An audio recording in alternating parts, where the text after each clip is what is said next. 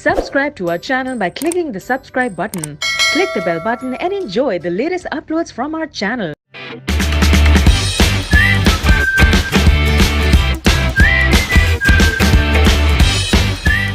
Everyone, स्वागत है आप सभी का हमारे YouTube चैनल सक्सेस थंडर में। आज हम लोग एक पजल सॉल्व करेंगे और साथ में एक और क्वेश्चन ब्लड रिलेशन का सॉल्व करेंगे।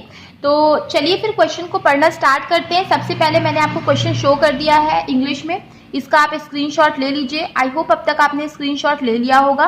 इसके आगे देखिए एक क्वेश्चन है, यही सेम क्वेश्चन है, हिंदी में है, इसका भी आप स्क्रीनशॉट ले लीजिए।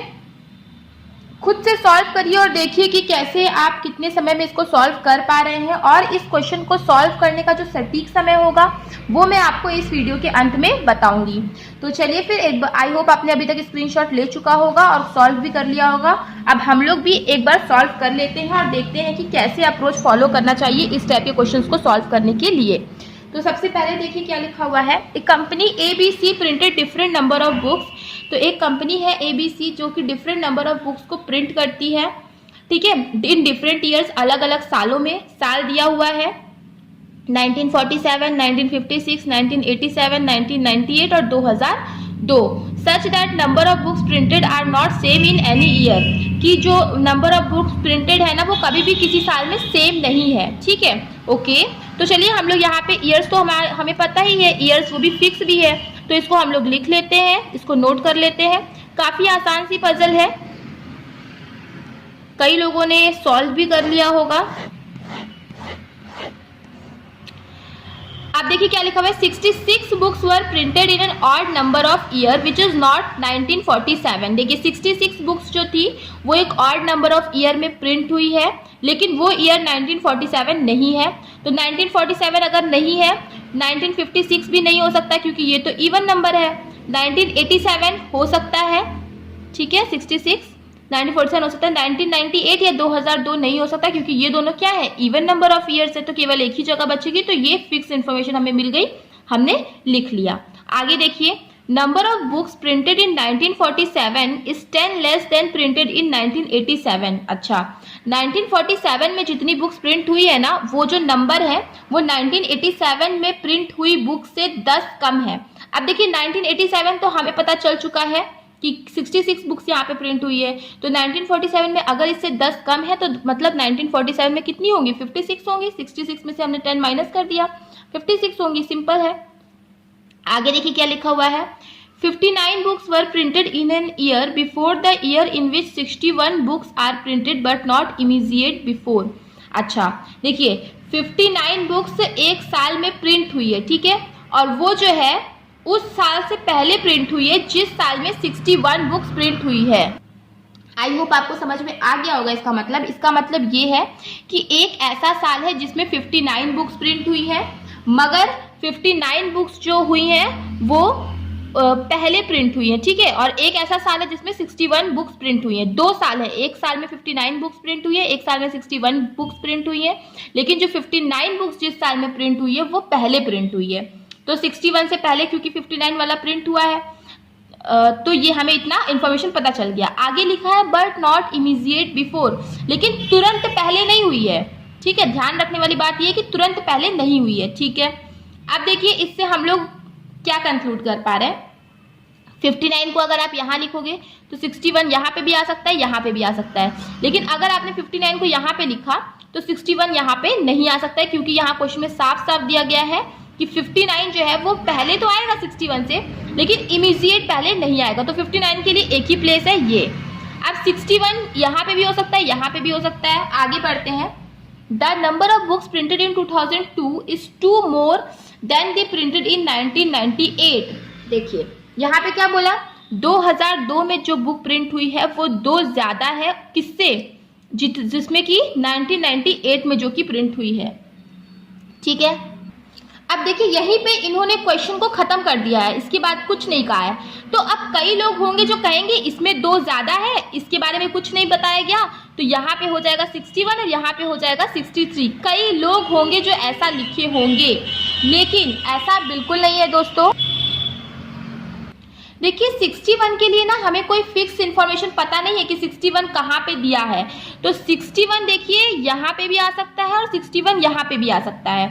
अब अगर मान लो 61 अगर मान लो यहाँ पे आएगा, ठीक है, तो यहाँ पे आ जाएगा 63, और अगर 61 यहाँ पे आ जाएगा तो यहाँ पे आ जाएगा 59। दोनों ही केस में यहाँ पर जो है वो 2 ज्यादा बुक्स हैं। तो ऐसी कोई फिक्स्ड इन्फॉर्मेशन क्योंकि नहीं दी हुई थी, तो इसीलिए हम लोग इस चीज को फिक्स नहीं कर पा रहे हैं। अच्छा, तो ये हमारा एक अरेंजमेंट हो गया।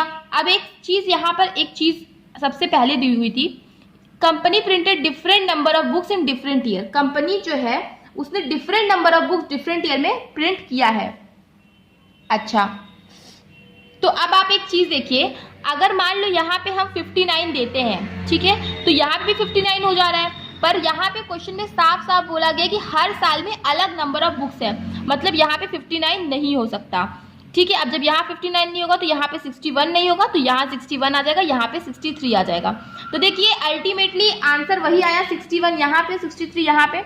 लेकिन फिर भी मैंने आपको ये चीज़ क्यों एक्सप्लेन की, क्योंकि ऐसा कोई क्वेश्चन भी हो सकता है जिसमें कि आपको इस तरीके से भी करना पड़ जाए, तो इसीलिए ध्यान में रखना है। फिलहाल आपका यही फाइनल अरेंजमेंट बनेगा। प्री लेवल की पजल थी, 1-1.5 मिनट में मैक्सिमम ये पजल बन जानी चाहिए, 1 मिनट से 1.5 मिनट में। काफ़ी अच्छी पजल, थोड़ी सी ट्रिकी थी, ये वाला जो पॉइंट था ये थोड़ा सा ट्रिकी था, जो काफ़ी लोग इग्नोर कर देते, लेकिन हालांकि इसमें वो गलत नहीं होते, लेकिन किसी क्वेश्चन में वो गलत हो सकते थे, इसीलिए मैंने इसको थोड़ा डिटेल में एक्सप्लेन करना ज़्यादा सही समझा। चलिए अब हम लोग ब्लड रिलेशन के क्वेश्चन को सॉल्व करते हैं। इसके नीचे ही मैंने ब्लड रिलेशन का क्वेश्चन भी लिखा है। तो देखिए ये है क्वेश्चन इंग्लिश में, आप इसको देखिए, इसका स्क्रीनशॉट लीजिए, तब तक मैं आपको हिंदी में भी क्वेश्चन दिखा देती हूँ। देखिए ये क्वेश्चन है हिंदी में, इसको भी देख लीजिए। जिन लोगों को हिंदी में इंग्लिश में थोड़ा प्रॉब्लम होती है तो वो इसमें से भी देख सकते हैं, समझ सकते हैं। ठीक है, आई होप आप लोगों ने स्क्रीनशॉट ले लिया होगा। चलिए अब क्वेश्चन को करना स्टार्ट करते हैं। तो यहाँ पे लिखा है read the information given below and answer the questions. Information पढ़ के क्वेश्चन का आंसर करना है। All the given members belong to the same family.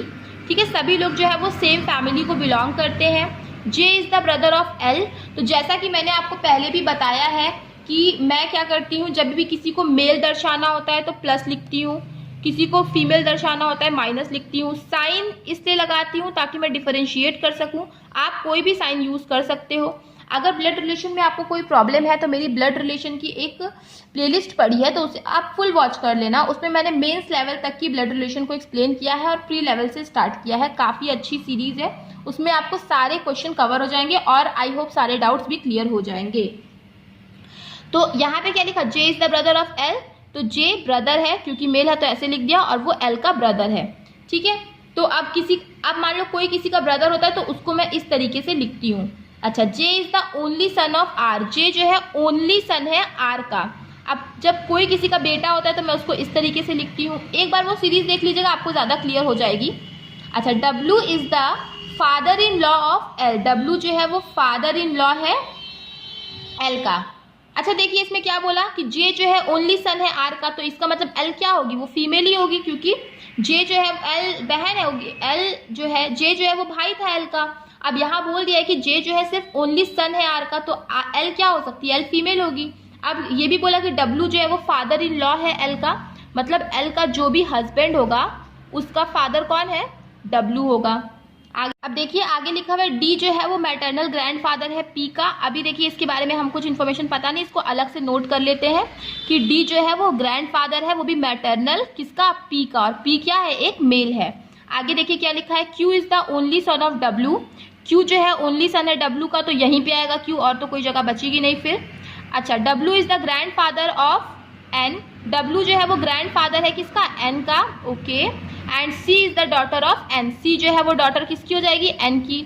ठीक है, तो सी डॉटर होगी तो माइनस का साइन आएगा। अच्छा, यहाँ से क्वेश्चन खत्म होता है। अब हमें इसको एडजस्ट करना है। तो क्या बोला था, डी जो है वो क्या है, मैटरनल ग्रैंडफादर है पी का। अब डी मैटरनल ग्रैंडफादर है पी का, दैट मीन्स तो पी किसका सन हो सकता है, पी एल का ही सन हो सकता है। क्योंकि एक ही की हमें यहाँ पे पता नहीं है इनके बारे में कि इनका कपल कौन बना रहा है, एक ही का पता है नहीं, तो हम यहीं पे डी को फिक्स कर सकते हैं और कोई जगह बचेगी नहीं जहां पे हम डी को फिक्स कर सके। तो डी मैटरनल ग्रैंडफादर किसका हो गया, पी का। तो आई होप आपको समझ में चीजें आ गई होंगी। ये सब भी अरेंजमेंट प्री में आते हैं, 3 नंबर तो जरूर आते हैं। तो आई होप आपको चीजें क्लियर हो गई होंगी। चीजें अगर क्लियर हो गई है तो वीडियो को लाइक कर दीजिएगा, शेयर कर दीजिएगा और चैनल को सब्सक्राइब कर दीजिएगा। और इस क्वेश्चन को करने के लिए मैक्सिमम से मैक्सिमम आपको 1.5 मिनट ही लगने चाहिए, उससे ज़्यादा नहीं लगने चाहिए। बहुत टफ क्वेश्चन नहीं था।